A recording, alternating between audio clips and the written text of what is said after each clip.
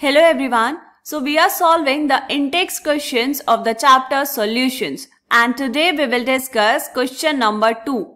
So the question is calculate the mole fraction of benzene in solution containing 30% by mass in carbon tetrachloride.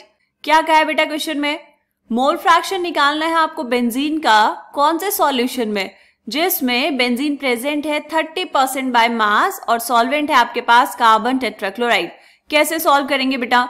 देखो सबसे पहले तो हम मान लेंगे कि let the mass of solution be 100 grams. Mass of solution is 100 grams. आप कुछ भी मान सकते हैं बेटा। मैंने 100 ग्राम क्यों माना? क्योंकि यहाँ पर दिया है 30% बाय मास, तो 100 में से कैलकुलेशंस करना आसान होता है, इसीलिए। आपका मन है 200 मानने का, मान सकते हैं। आपका मन है 500 ग्राम्स मानने का, मान सकते हैं। आंसर उतना ही आएगा, लेकिन कैलकुलेशंस को टफ क्यों करना है? ठीक, तो मास ऑफ सॉल्यूशन आया 100 ग्राम्स। इस सॉल्यूशन में 30% बाय मास प्रेजेंट है बेंजीन। तो 30% बाय मास का मतलब क्या हुआ बेटा? 30 gram benzene is present in solvent. कितना होगा? अगर टोटल 100 था उसमें 30 ग्राम बेंजीन है तो 70 ग्राम आपके पास बचा CCl4 कार्बन टेट्राक्लोराइड। ये समझ आ गया बेटा? ओके, अब आपको क्या निकालना है? Mole fraction of benzene. क्या होता है मोल फ्रैक्शन? यहां लिखेंगे mole fraction of benzene will be equals to number of moles of benzene. Moles को हमने डिनोट किया है N से, मोल फ्रैक्शन को X से, divide by total number of moles. Total number of moles का मतलब है बेटा दो चीजें प्रेजेंट है वहां पर, तो number of moles of benzene plus number of moles of carbon tetrachloride. ठीक है, ये फॉर्मूला आपको यहां पर लगाना है। अब आपको चाहिए होंगे नंबर ऑफ मोल्स। दोनों के नंबर ऑफ मोल्स हमें कैलकुलेट करने पड़ेंगे, तो चलो ये हम यहां पर कैलकुलेट कर लेंगे। ये है C6H6 बेंजीन और यहां पर हमने लिया CCl4 कार्बन टेट्राक्लोराइड। पहले हम निकालेंगे बेटा इनका मोलर मास। कैसे निकालेंगे? 12 × 6 + 6 कितना आएगा? 12 6 72 + 6 which is equals to 78 grams. ठीक, तो हम यहाँ पर डायरेक्टली लिख सकते हैं 78। इतनी कैलकुलेशंस तो हम कर लेंगे, है ना? 78 ग्राम पर मोल।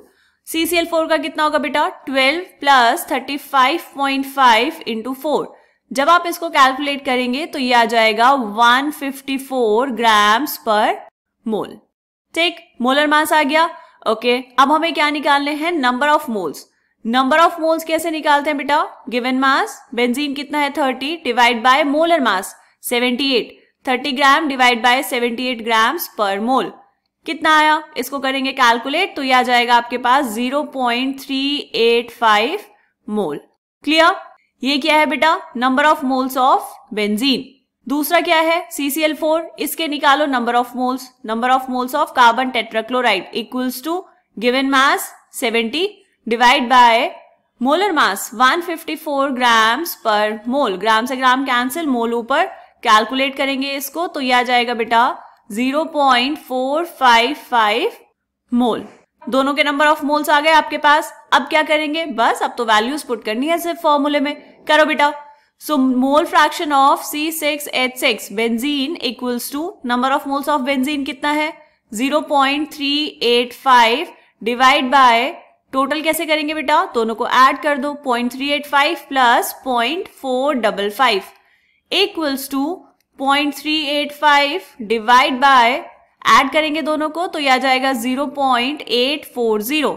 करो कैलकुलेट। डिवाइड तो करना पड़ेगा बेटा यहाँ पर। कैलकुलेशन आप करेंगे तो यह आ जाएगा 0.458। This is mole fraction of benzene C6H6। यही आपको बताना था क्वेश्चन में। So this is the answer of this question. ठीक है बेटा, अब यहाँ पर आप एक और चीज कैलकुलेट कर सकते हैं। अब अगर आपसे पूछा जाए कि मोल फ्रैक्शन ऑफ कार्बन टेट्राक्लोराइड भी कैलकुलेट कर दीजिए, तो क्या हमें वापस से फॉर्मूला लगाना पड़ेगा? नहीं, बिल्कुल भी नहीं। हम क्या करेंगे? हम यहाँ पर लिखेंगे mole fraction of carbon tetrachloride equals to 1 minus mole fraction of benzene. ऐसा क्यों बेटा? क्योंकि आपके पास यहाँ पर यह है बाइनरी सॉल्यूशन, तो जितने भी मोल फ्रैक्शन है उन सबका सम कितना आना चाहिए? 1 के इक्वल।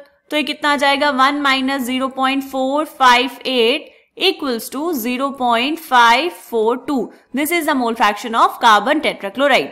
ठीक है बेटा, तो आप ये भी करके देख सकते हैं। तो ये क्वेश्चन कंप्लीट हो गया। चलो मिलेंगे नेक्स्ट क्वेश्चन में, तब तक के लिए बाय बाय।